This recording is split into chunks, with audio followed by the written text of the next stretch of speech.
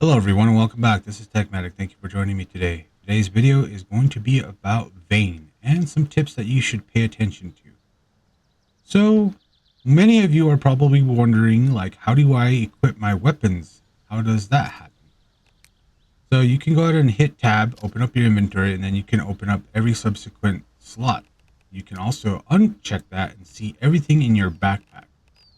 So this is everything that I have. So let's say that I wanted to go ahead and equip to a number slot at the bottom of the screen. You can see I have 1 and 2 there. And that's because I got the mini sledge and the pistol. So in order to equip those, you got to click on the item and then you got to remove and add. It'll add it in any sequence. So if you remove one, it's going to bump them down. Keep that in mind. With that, to reload weapons, you do that from here too. So you can see we have 45 APC, and this weapon uses the 1911. And then you can go ahead and unload bullet, and load bullet. That's how you pretty much reload your weapons. Some weapons will be deemed different colors. So as you can see here, everything that corresponds to a weapon can be used here. But you can also use some tools like the mini sledge, sledgehammer, pickaxe from this menu as weapons, and you can go ahead and add them to the quick bar slot by selecting quick use.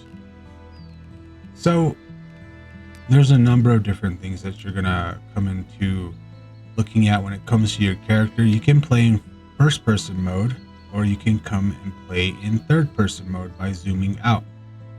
Now, as you can see, my character is really chunky because he's been eating a bunch of bagels and baguettes and stuff like that because we're trying to survive out here in the apocalypse and we're pretty much eating whatever we can.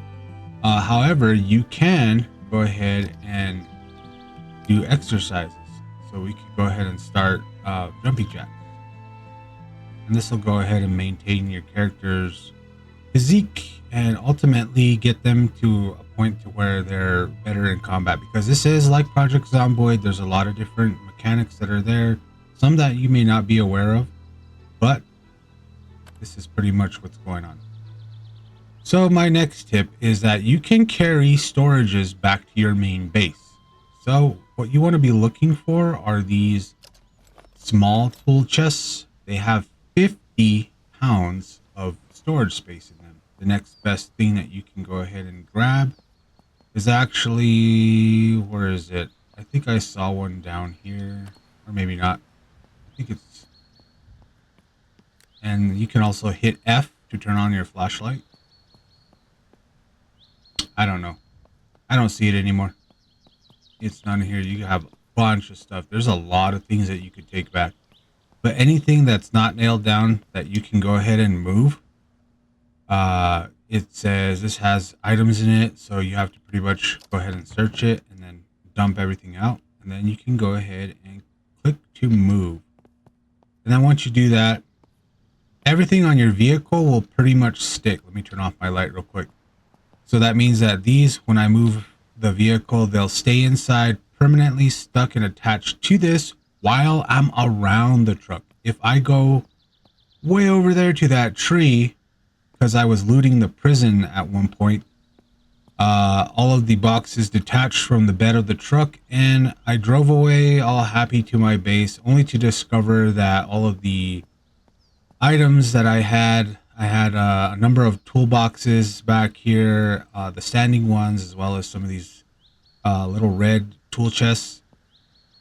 And effectively what happened was the whole lot that was glued together stayed there floating in midair, and yeah, my truck was empty, so I had to go all the way back and do that. And that brings up the next tip: is get yourself a truck, something with flat open space, because you're going to be bringing back things like solar panels, refrigerators, washers, dryers. In some cases, you're going to be bringing back niche things like, you know, let's say it's spooky season, you want skeletons outside of your house, you could go ahead and do that. Or you want more duffel bags to kind of decorate your home, or an extra refrigerator so that you could connect it to power. You can do all those things. So make sure that you have a flatbed and you're doing those. the next tip that I have is for leveling your stats. So let's look at crafting. Crafting is one of the big ones that you're going to be doing a lot. You can click all your perks down here. If it's highlighted blue, you're going to need to go ahead and pick corresponding to whichever one is lit up light blue. It's going to have perks beneath it, and you're going to have to choose a perk. So I would recommend that in your first point, you choose muscle memory. Every single one of these has muscle memory. So that means that you're going to earn extra experience per time that you do that action. So if you do running a lot, you're going to level up your agility. If you build a lot, you're going to level up your construction. If you cook a lot, so on and so forth. There are skill books out there that offer almost double or triple the experience gain when doing that specific task, and they last for 30 minutes. So the reason why I bring up crafting here is because you can go ahead and craft. We got homeboy running up on us. You could go ahead and craft makeshift bandages. Now makeshift bandages, let me get rid of this guy.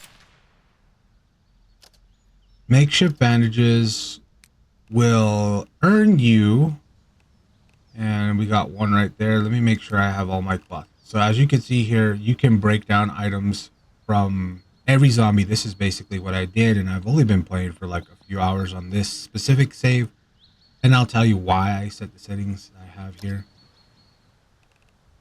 So you could dismantle jeans, you can dismantle t-shirts and sneakers, and that's going to give you the raw form. That's how I was able to get all this cloth scrap here. And before I had about 1,000 of it, and I used the skill book, and I was able to get from 0 to 66 like within 30 minutes of crafting.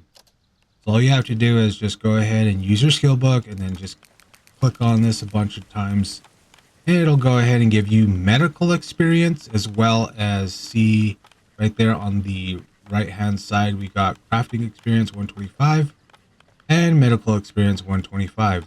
The reason why we're getting 125 is from the muscle memory for the extra 25 experience. And as you can see here, our skills are going up. So keep that in mind. It's going to be really good for you. Driving, same thing. There's books out there for practically everything. Electrical is for like hot wiring. Just sit in your vehicle and hot wire the heck out of it until it, you know, proves successful. Turn off the vehicle if it turns on, and you can level up pretty quick. Dismantling will be leveled up the same way that you're leveling up your crafting skill at the same time. So if you have a book that offers dismantling experience, what you could do is, in effect, you could dismantle all of these bandages that you're making, and you'll get a good amount. While you're in dismantling, if we take a look at the extra perk here, we have Purse's Assistant. When dismantling, you have 1/4 or 25% chance to receive 25% more yield than you normally would. So this is going to give you a whole bunch of cloth. And we got 23 cloth out of those bandages. That means that we can go ahead and rinse and repeat this whole process until we're level 100.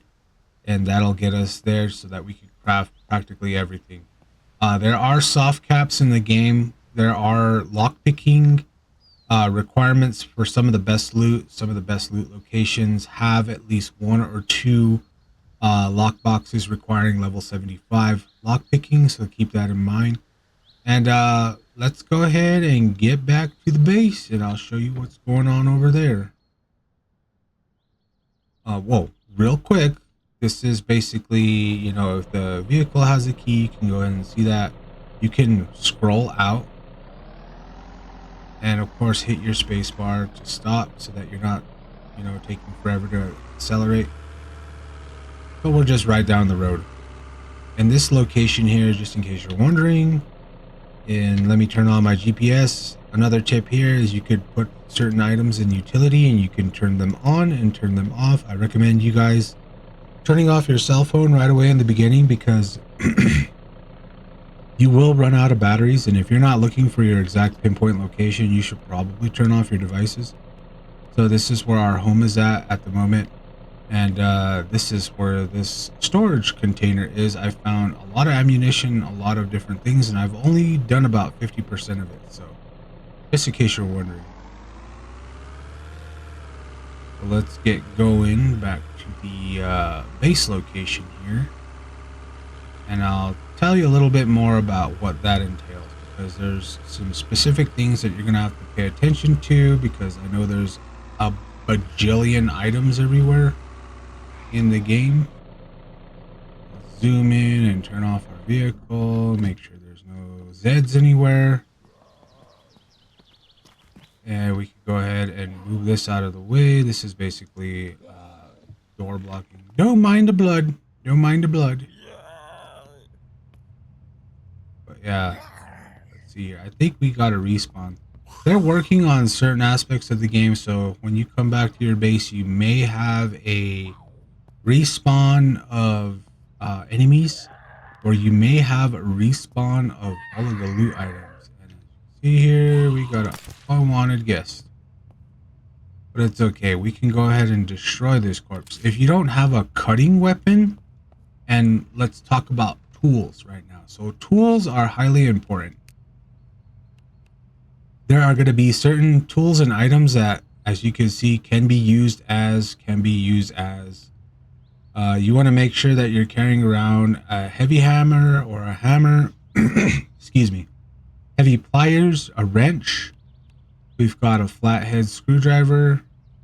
And we've got a crosshead. Oh, we don't have a crosshead screwdriver anymore. But we got a claw hammer. So it's very specific in order to go ahead and do certain things. So just keep that in mind, especially like when you're working on your vehicle. Let me get this and give you a better idea of the crafting requirements for specific items. So we can open up our hood, right? And we click on this, and now it's saying that we need an industrial cutter, a basic welder, and a hammer in order to go ahead and remove the car chassis parts. We also need a screwdriver to remove the battery, a soldering iron to remove the radio, industrial cutting, basic welder, heavy pliers, wrench. So you kind of get the gist of what it's talking about. Certain things require certain tools in order to go ahead and move. The same thing goes for like furniture, anything like this. It'll tell you what you need in order to go ahead and destroy it. If I were to remove all these different tools, including things like the hacksaw, which are heavy cutting, scissors, which are basic cutting, heavy pliers, can opener, and of course can opener basic pliers. So there's a bunch of different tools. There's industrialized tools, as you saw, for the requirements for the truck. Keep that in mind. And when you move stuff around, it all depends on your strength. So if you're not strong enough, my strength stat right now is where is it? It's 62 at the moment. So I got 25 from the laborer trait, as well as 25 from the one of 3 points that you can spend when creating your character. And then of course the rest of those 12 points came from just, you know, breaking down doors or carrying certain stuff everywhere. And you'll level up your vitality and your strength that way if you move a lot of stuff. But you do need high enough strength in order to go ahead and move it certain distances. So something heavy like this couch or that washer, I would need a lot of strength in order to go ahead and increase the distance at which I can carry an item. Otherwise, I'm just moving it from place to place to place. And of course, tracking around more blood. Same thing goes for the blood piles. If you have a towel in your inventory, you can clean all this up. So don't worry about it for the time being. That and items that you can go ahead and plug in. So let's go ahead and take a look at electrical connections. And we'll unwire this. If we wanted to add a connection, obviously we look for a wall socket and do so. Same thing goes for any generators. You do have a power breaker box here that you could go ahead and examine the connections and what is on, what is giving power. Where the power is coming from gets resource from these electricity connected. So this is you're gonna get cabins and things like that that require either solar or a gas generator or a wind turbine, something like that. But you would basically do the same connection examination there, and then you would add a connection, and you can add a connection to basically anything that's in your home. And it's really cool. It's a neat idea that you could be like, all right, well, you know, we need to go ahead and add power to this, and you can go ahead and turn on the light off and on, and that's how it's all set up. Same thing goes for water. You can go ahead and examine the connection. Let me see here. I got one of these here. You can go ahead and see that we have the water pipe coming up from the bottom, and if I were to go ahead and attach this washing machine, I could go ahead and do so. Hygiene, things like that, they do matter. You will get a debuff from zombies being able to basically smell your patchouli armpits all the time. So what you need to come over here and do once in a great while is start washing yourself. And you could do that.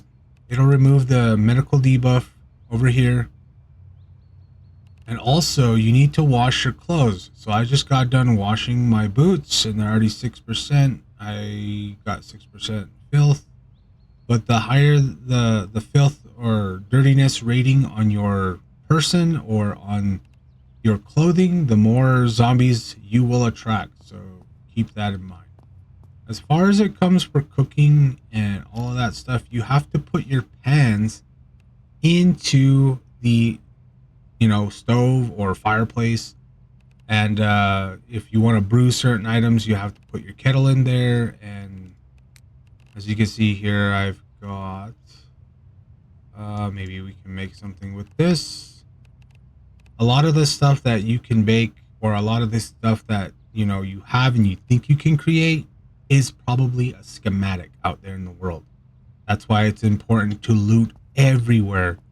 And I would say that the most important schematic that you need to find is probably going to be the lockpicks. But again, you're going to need high crafting in order to learn that pattern to go ahead and create your own things. And of course, you're going to find crafting benches out there that you could throw in your truck and bring back over here.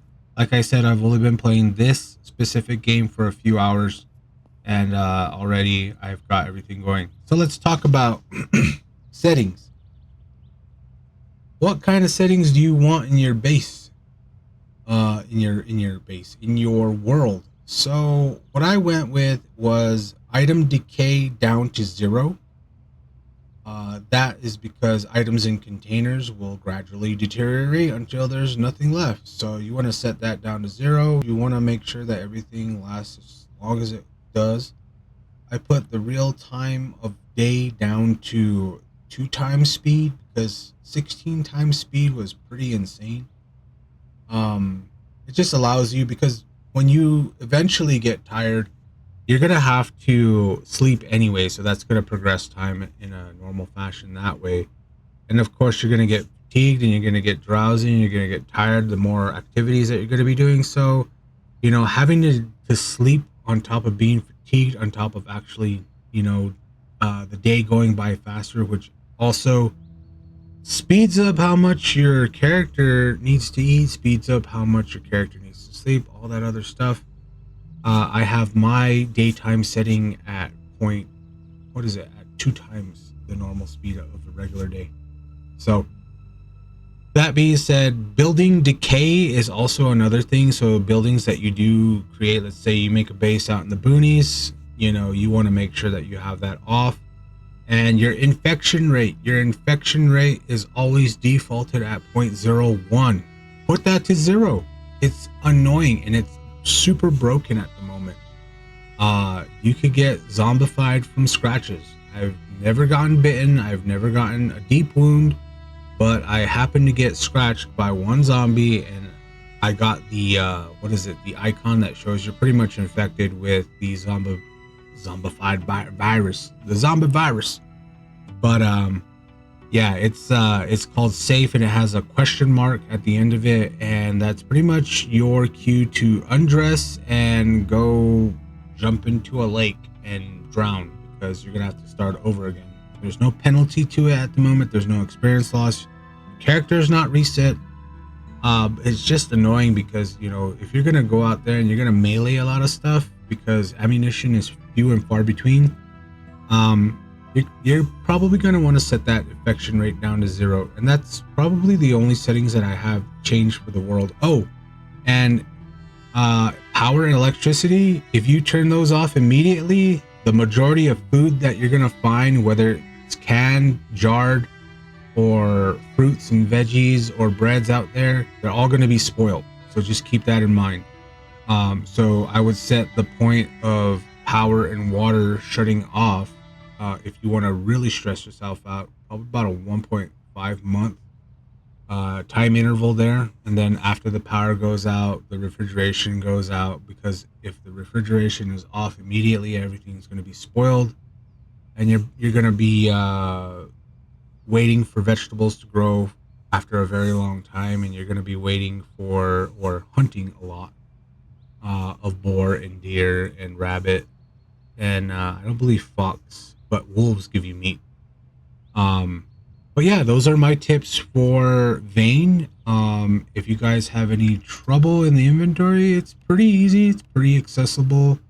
I kind of wish it was a little bit better to, you know, have a UI where we could actually see items and drop items into different slots versus a, you know, all-encompassing weight system, because you can get a pretty good backpack, which is the ones that the military Zeds wear, and it's called a camp pack, I believe, and it gives you like 350 pounds of carry weight. But yeah, that's my video showing you some basic tips: electricity, power, water, storage, getting a vehicle. And remember, anything that you could do, you have to do and aim at a station. So if you want to engage with it, I would highly recommend you do that. And yeah, by that I mean like when you're trying to refuel your vehicle and stuff like that. You need a jerry can, of course. You need to step up to the, you don't need a hose. It's not as complicated, and I can kind of show you that right now as a last tip. But we do have a kerosene canister here. As you see, the kerosene canister, we could go ahead and smell what was in it.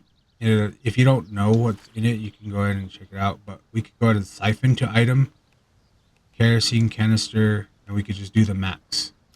And that's going to put 703.9 fluid ounces. And we could go ahead and smell that, and it's going to tell us it smells like gasoline. So in order to go ahead and get all the fuel from all the vehicles that don't have keys in them, because this one did have a key, we could go ahead and get all that good fuel and take it home with us. And fuel lasts quite a long time, so just keep that in mind. Now we're going to go ahead and put max. So now we can go ahead and check gas tank, and it's 58% full. So that's pretty much how you refill your vehicle. And remember, it's going to take a lot of tools, so dedicate at least 60 pounds of your inventory to carrying around tools, because you're going to need them when you break down items so that you can get all of the scrap parts. And dismantling is a huge way to go ahead and get a lot of things, like the scrap cloth I was showing you to create the medical bandages in order to level up your crafting. So with that, guys, thank you very much for your time. I hope this helped you out. The game is very bare bones at the moment, but you can expect in the future to have human NPC bandits, which are highly aggressive. They will raid you, and they will be out there looting with you as well. So with that being said, this is a very cool game. It's got a lot of promise, got a lot of mechanics, and got a lot of jank in there. So keep an eye on it. And for right now, I'm going to go back and play some more Misery, because I really like that game. But like, subscribe, comment, and we'll see you all in the next one.